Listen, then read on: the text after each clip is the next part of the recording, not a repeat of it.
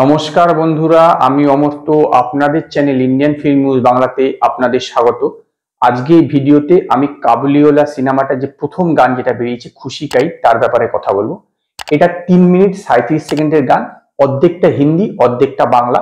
শুরুর দিকে যেরকম ভাবে এটা মিউজিকটা শুরু হয়েছে আফগান মিউজিকের মতন মনে হয়েছে, মানে আফগানিস্তানে যেরকম মিউজিক গুলো বাজে সেরকম ভাবে করেছে। তো হিন্দি পোর্শনটা আপনার গেয়েছে হচ্ছে জাভেদ আলী, এবং আবির চট্টোপাধ্যায়ের কণ্ঠে যেটা আছে বাংলাতে সেটা গেয়েছে হচ্ছে আপনার ঈশান মিত্র।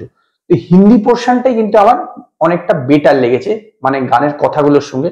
গানের কথাগুলো লিখেছে হচ্ছে শ্রীজাত বন্দ্যোপাধ্যায় এবং সুর করেছে ইন্দ্রজিৎ দাশগুপ্ত।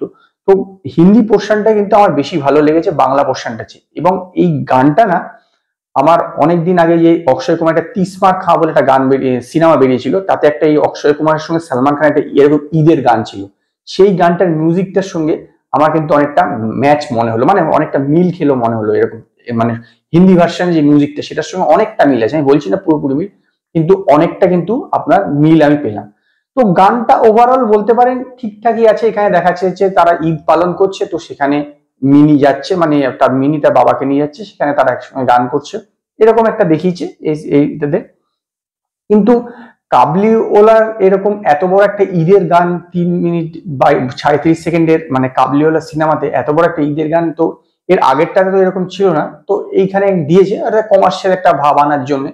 তবে আমি আশা করব যে এরপরে এটা রবীন্দ্রনাথের তো গল্প কাবলিওয়ালা, তো একটা রবীন্দ্রসঙ্গীতও থাকবে, অন্তত আমার মনে হয় এরকম একটা থাকা উচিত। এবং দেখলাম যে 3 ঘন্টায় আপনার মাত্র 8,400 লোক দেখেছে। তার মানে বুঝতেই পারছেন গানটা কতটা লোকের মানে পছন্দ হয়েছে।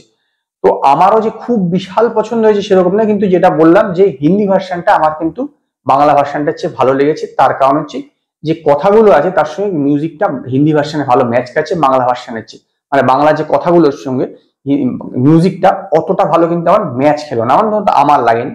এছাড়া মিঠুন চক্রবর্তী একটা ছোট নাচ আছে, এমনিতে পিকচারাইজেশন নিয়ে কোনো সমস্যা নেই, পিকচারাইজেশন ঠিকঠাকই আছে, মিউজিক গুলো ঠিক আছে। কিন্তু মানে কাবলিওলাতে একটা এত বড় একটা মানে হিন্দি গান প্লাস আর বাংলা গান, একটা ঈদের গান, যদিও তাদের নিশ্চিত সিনেমাতে একটা লজিক দেখাবে যেখানে ঈদ হচ্ছে, ঈদ পালন করছে তারা কলকাতাতে, এরকম একটা কিছু দেখাবে।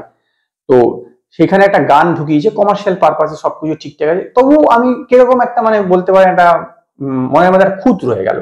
যাই হোক, নিশ্চিত ভবিষ্যতে পূরণ হয়ে যাবে। আমি যেরকম বললাম একটা রবীন্দ্রনাথের গান নিশ্চিত আসবে। গানটা ঠিকঠাক আছে, সবকিছু ঠিকঠাক চলবে মোটামুটি আর কি, আপনি বলতে পারেন যে চলবে আর কি।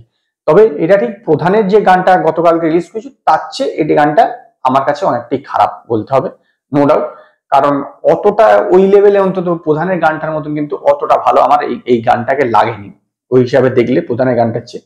তো সেই কারণেই আমি এই গানটাকে আপনার 5-এর মধ্যে 2.5 স্টার দেবো, মানে 2.5 দেবো। যদি আপনারা এই গানটা দেখে থাকেন ইউটিউবে, তো আপনারা আমায় জানান যে কমেন্টে আপনাদের কিরকম লাগলো। যদি আপনাদের এই ভিডিও পছন্দ হয় তো লাইক করুন, কমেন্ট করুন, শেয়ার করুন, আর নতুন নতুন আপডেটের জন্য আমার চ্যানেলকে সাবস্ক্রাইব করুন।